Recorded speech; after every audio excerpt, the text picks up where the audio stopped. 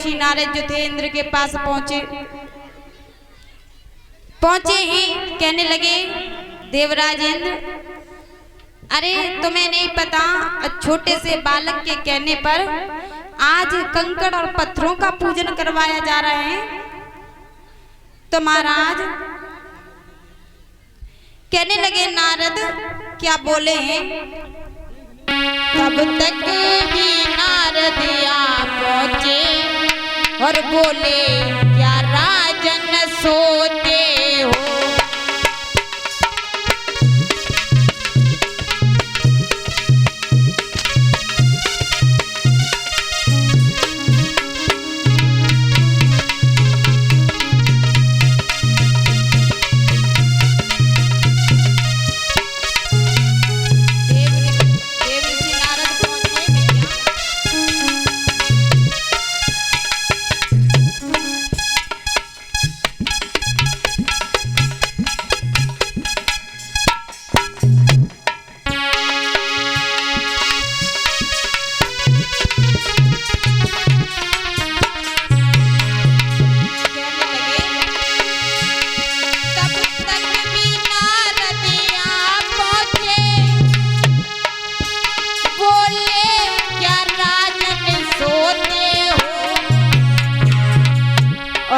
कुछ ग्वालों के कहने से देवों की आन टूटती है।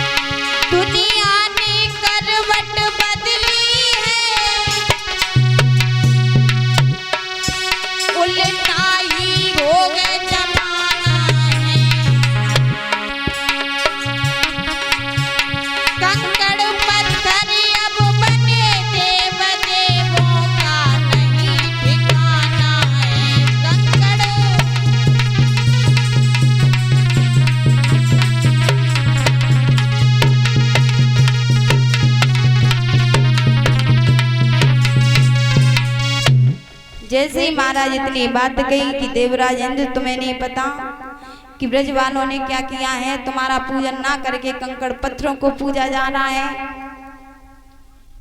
तो जैसे इतनी बात सुनी तो इंद्र जो था अपने क्रोध में आ गया।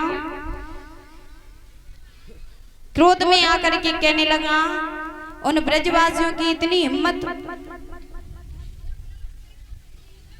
तो बोले हैं नारद मुनि के वचन सुनने के बाद में कि नारद मुनि के वचन सुने इंद्र हो गया लाल,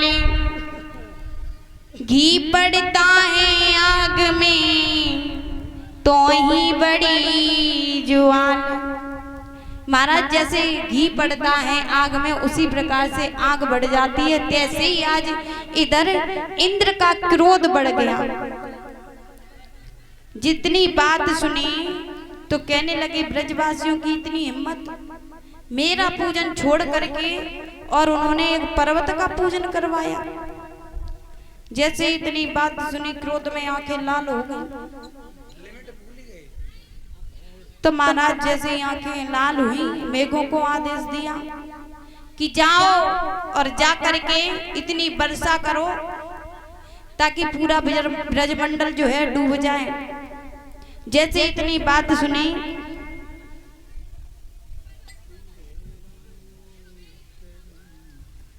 मेघों को आदेश दिया। देने के बाद में मेघ इधर जो है चलते हैं महाराज। किस तरीके से आज ब्रजमंडल पर अंधेरा सा छा गया कि काले पीले नीले सफेद और बादल पे बादल आने लगे और टूटने लगी ब्रज पर बिजलियां, उन्नीस पवन सन्नाटे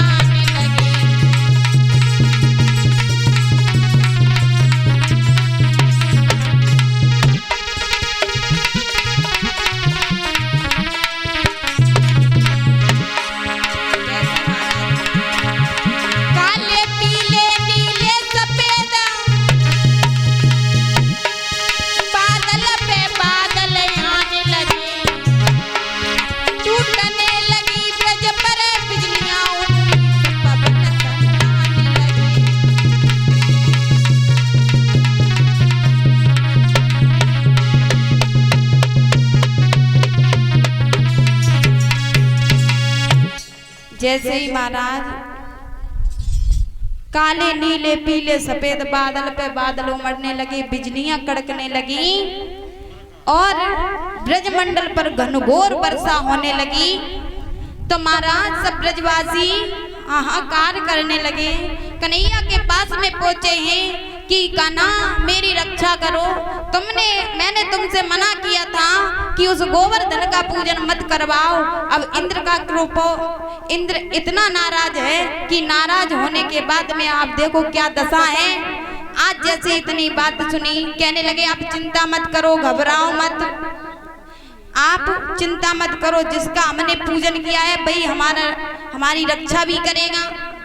तो महाराज